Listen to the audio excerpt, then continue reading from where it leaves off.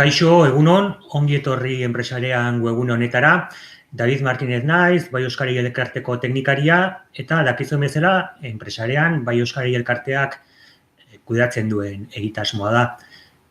Gaurkoan, Andoainen gaude, Martin Ugalde Kulturparkean, eta gurekin Garazi Urrusolo eta Nerea Gartzia izango ditugu. Herrien lagunakeko kideak dira. Eta, azalduko digute zertan ari diran, zer dan Herrien lagunak, zer nolako jarduera daukaten eta pixka, baien proiektuk eta etorkizunari begira zer eskainiko diguten. Dakizuen bezala, enpresarian foro formatu honek 15 minutuko iraupena dauke, eta gero bukatzen denean, galderak egiteko eta aukera izango duzue. Beraz, animatzen zaituztet galderak egiten eta parte hartzen. Beraz, Garazikin eta Nereakin utziko zaituztet.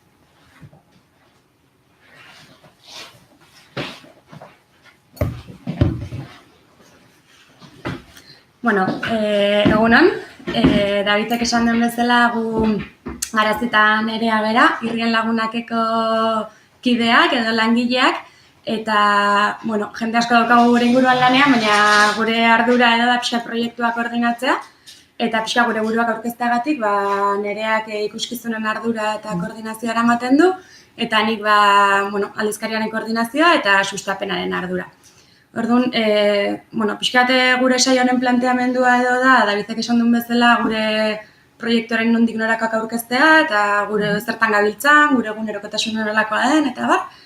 Eta, pixkat kokatzeko, Herrien lagunak proiektua 2010 urtean sortu zen, Elkar Berria eta Katxiporretak sortu zuten, eta proiektu hezitzaile bada, bai, bere garaian, nolabait, euskal gizartean edo ikuste zen hutsune bati erantzuteko sortu zena. Ikuste zen etzegoela nolabait euskeraz sortutako proiektu komunikatiborik aurrei begirakorik, konsumitze zuten guztia nolabait kanpotik etorria zela, eta hutsune hori betetze aldera Herrien lagunak sortu zen.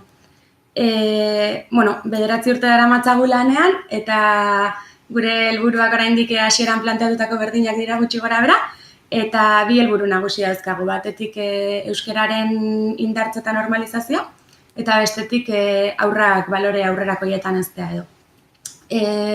Gure helburua da gizarte eredu berri bat sortzea denon artean nolabait, haur sortzaile eta zoriontsuak heztea, eta gure ustez haurren heziketa komunitate osoaren ardura denez, nolabait lan tresnak edo eman nahi dizkiegu aurren heziketa prozesuan bidere lagun diren guztiei. Eta pixkat helburu hauek edo betetzeko, pertsonaien mundu simboliko bat sortu zen, eta pixkat Nereak azalduko digu zer den mundu simboliko hori. Bai, Garaziko ondo esan duen bezala, Katxiporreta Elkarda berriak sortu zuten Herrien lagunak, eta Katxiporretak badaukaia mundu simboliko bat, ez? Pirritx, porrotx, marin mototx, pupu eta lore, ez? Orduan, pupu eta lore jaio zirenean, nola hezi eta hasiko ditugu gure haurrak, ez? Pupu eta lore, Euskal Herriko haurrak nola hezi eta hasiko ditugu, ez? Da pixkat, Herrien lagunak horretara bideratu zen, ez? Mundu simboliko berri bat sortzera, non 5 gai hartu genituen ardatz, lana egiteko, natura, osasuna, kultura, elkartasuna eta zientzia, eta gai bakoitzarekin, jorratu barzan gai bakoitzarentzako edo personai bat sortu genuen, ez? Adibidez, zientzia Mari Kalambrek lantzen du, Mari Kalambre pertsonaiak, Amona Txinpartaren laguntzarekin, gero osasuna Tiritatxok lantzen du, kultura Martin Bertxok lantzen du, elkartasuna, natura Largabistak lantzen du, eta elkartasuna Ane Piratak lantzen du. Elkartasunean ere esan behar dugu, Herrien lagunaken bazegoela mugimendu bat ere, elkartasun elkartek, gure laguntza behar zutela, eta hor bazegoen elkarlan bat, eta eta bueno, Irrien Lagunaketik biziposa elkartea sortu genuen, ez? Gaur egun, entidade aparteko bada, eta gu ere bazkide gara, Irrien Lagunak bazkide da ere biziposan, beste bazkide askorekin batera, eta lankidetza horretan aritzen gara, ez? Eta pertsonai horrekin zer egiten dugun, batez ere bi tresna edo bi tresna ditugu, ez, lan egiteko, ez? Batetik aldizkaria eta bestetik ikuskizunak. Baina, klaro, gaiak bakarrik ez ditugu lantzen, gaien barruan ere baloreak dira, ez? Pixka bat lantzen ditugunak, ez? Bai, azkenan heziketa proiektu geran heinean, guretzako garrantzitsua zen pixka dena edukiz betetzea eta balorentz jantzea ere bai, azkenan gure helburu bat badelako baloreetan eztea. Eta, pixka balore nagusiak edo, dauzkagu batetik aniztasuna, berdintasuna, feminismoa bezalako baloreak, ez? Saiatze gera nolabait aniztasun hori irudikatzen egiten dugun hortan, eta horrekiko errespetua adierazten.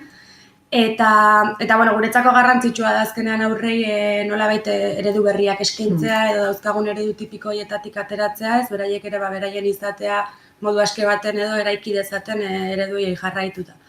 Horrekin batera ere, ekologia edo naturarekiko errespetua ere lantzen dugu dexente, eta baita euskaldun izaera ere, ez? Azkenean guk balore bezala konsideratzen dugu hori, guk mundua gure hizkuntzatik, gure kulturatik eta gure lurraldutasunetik ulertzen dugulako, eta nolabait hori transmititzea ere garrantzitsua dela iruditzen zaigulako. Eta esan bezala dauzkagun bi lan ildo nagusi horietan edo guzti haue irudikatzen saiatze gara. Bai, eta bi lan ildo nagusi horiek, bata ikuskizunak eta beste aldizkaria, ikuskizunak natala gaur egun nik koordinatzen dut, eta hor, baditugu bi ikuskizun, pertsonai birekin osatuta bakoitza, batan daude Tiritatxo eta Martin Ber, eta bestean Largabista eta Mari Kalambre, hor bagabiltza ere laukotea sortzen ere, beste ikuskizun bat, laurok batera egongo ginatekeena, aurreko garai batzutan zegoen bezala, eta hori da, ez? Azkenean gure ikuskizunak ondo pasatzeko ikuskizun batzuk dira, baina balorez beteta eta gai desberdinak jorratzen ditugu ikuskizun horietan, ez? Eta aldizkarian horretan ere saiatzen gara, ez? Bai, aldizkarian azkenean, hilero kaleratzen den aldizkaria da, erakutsiko dizut pixka bat zein den. Hilero kaleratzen den hilabetekari gara da, eta hemen saiatze gara pixka bat gure eduki propioak edo islatzen, hauek lantzen, eta gainera aldizkariaren helburu nagusia ere proiektuaren helburuekin batera bada nolabait irakurzaletasuna sustatzea. Iruditzen zaigu irakurzaletasuna haurtzarotik jaiotzen den zerbait dela, eta garrantzitsua dela aurrei beraien intereseko tresnak edo ematea irakurtzaletasun hori garatu dezaten. Eta horretarako gure mundu simbolikoa baliatzen dugu eta hementxe islatzen dugu. Momentu honetan urtean 10 kaleratzen ditugu aldizkariarenak, gutxi gora bera 28 urte bitartuko horri zuzenduta dago, eta 44 horriko aldizkari bada. Komikiak, denbora pasak, eskulanak, ipuinak, eta abarre ditugu. Eta, momentuz, euskeratik eta euskeraz aurrentzako sortutako aldizkari bakarra da, eta horretan jarraitzen dugu lanean. Arpidetza bidez heltzen da familietara, etxeetara, eta baita ere udalek ere badaukate aukera ikastetxeak arpidetzeko, eta horrela ikastetxeetan ere izateko aldizkaria. Guk ere ikusten dugu tresna baliagarria dela ikastetxeetan ere erabiltzeko. Batez ere, aipatu ditugun ipuinak eta eskulanak eta denbora pasaz gain, hilabetero biziposako elkarte baten aurkezpena egiten dugu, aurkezpena edo bere elkarte horren informazioa zabaltzen dugu ipuin bitartez. Amagoia Mujikak idazten du ipuina eta eta loturak egiten ditu marrazkiak, eta hori bai, abetero saiatzen gara realitate desberdin bat kaleratzen edo etxeetara heltzen gutxienez informazio hori zabaltzen.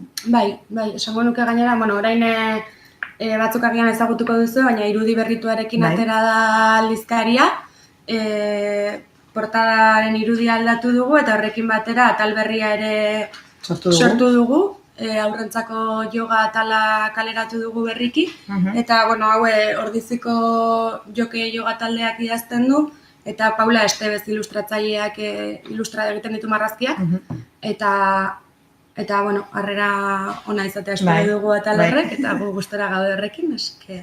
Bai, hori ere, gure ibilbidean ere azkenean saiatzen gara egunerokotasunera moldatzen eta gauza berriak deskubritzen edo lantzen, ez? Eta gaur egun egia da osasun aldetik ere daramatzagun bizitza estres gora berak asko murrizten du denbora hartzea, zerbait irakurtzeko, zerbait egiteko aurrekin, eta gure aldizkaria horretara ere bideratu nahi dugu, ez? Zerbait izatea, ez bakarrik irakurtzekoa, baizik eta parte hartzaileagoa edo interakzio bat egotea aldizkaria eta familiaren artean edo kontsumitzen duenaren artean, ez? Guazen yoga pixkat egitera eta aldizkaria bitartez edo eta horrelako kontuak. Bai, guretzako garrantzitsua da gainera nik uste dut aldizkaria ez izatea bakarrik aurrentzako tresna bat, baizik eta pixka bat familian landuko den zerbait eta familiaren arteko interakzioa edo lortuko duena eta, yoga bezala beste atal batzuk ere hortara datoz, ez? Bai, eta esan behar dugu ere, harpidetzen diren asko direla ere, familia asko dira, igual gurasoak ez direnak euskaldunak eta aurrei euskalduntze prozesuan lagundu nahi dietenak, eta batez ere beraiek ere alizateko zerbait gutxienez, zerbait motza edo zerbait arina irakurtzeko, eukitzeko momentutxo hori euskaraz, ez, etxean. Eta hori guretzako lorpen handi bada horrelako jendea gure aldizkaria konsumitzea.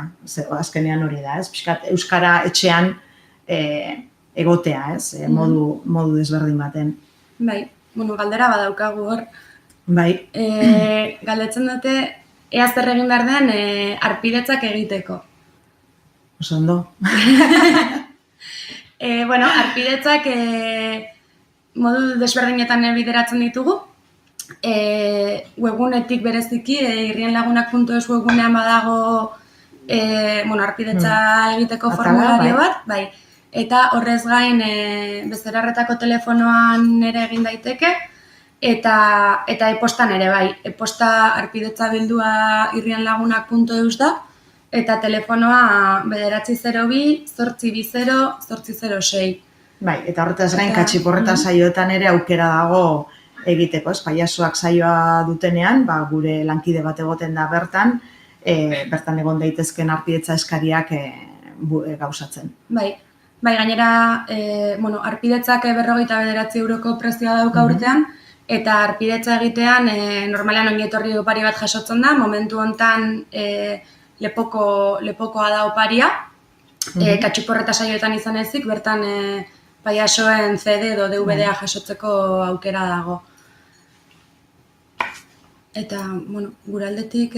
Bai, gure aldetik igual esan, kulturara bideratzen dugula gure lana, azkenean euskal kultura, euskal gintza, euskara, aurrak, gizartea, esaterako, hori da gure esparrua, baina bai enpresa moduan ere euskaraz lan egiten dugula, ez? Gure egunerokotasuna euskaraz da, gure bezeroekin, kontratatzaileekin, momentu oro oso euskaraz izaten dira elkarrizketa guztiak, eta hori eskertzekoa da ere, ez?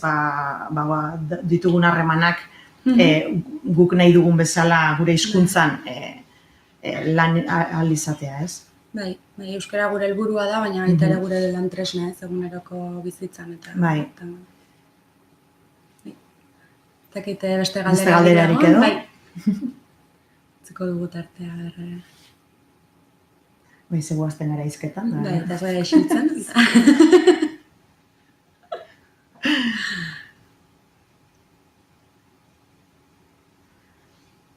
Vale, bueno. Oso ondo, Bai. ez badago besterik. Ba, Eskerrik asko, Bai. bai euskarari aukera hau ematearren. hori da. Eskerrik asko zuen tartetxo hau gurekin pasatzeagatik eta... Galdera badago. Bai. A ber, irakurketa gida duzuela ikusi dut. Zertan datza? Bai, egia da, Bai, du nintzen hori komentatzea. Bai, hori beste tresna bada ere. Bai, bueno, gure aldizkariarekin batera, hilero ale bakoitzari dagokion irakurketa gida bat ateratzen dugu, familiei edo, aldizkaria erabiltzen dutenei tresna bat emateko, edo, ideiak emateko aldizkaria nola erabili dezaketen. Tegia esan nahiko tresna eraginkorra da, eta hori webunean topatu dezakezue bertan dago deskargatzeko aukera eta ibiltzeko aukera. Bueno, listo, ezta, besterik ez bada. Eskerrik asko denoi eta guk hemen jarraituko dugu irriak zabaltzen Euskal Herrian zer. Hori da. Ondo izan. Bai, agur.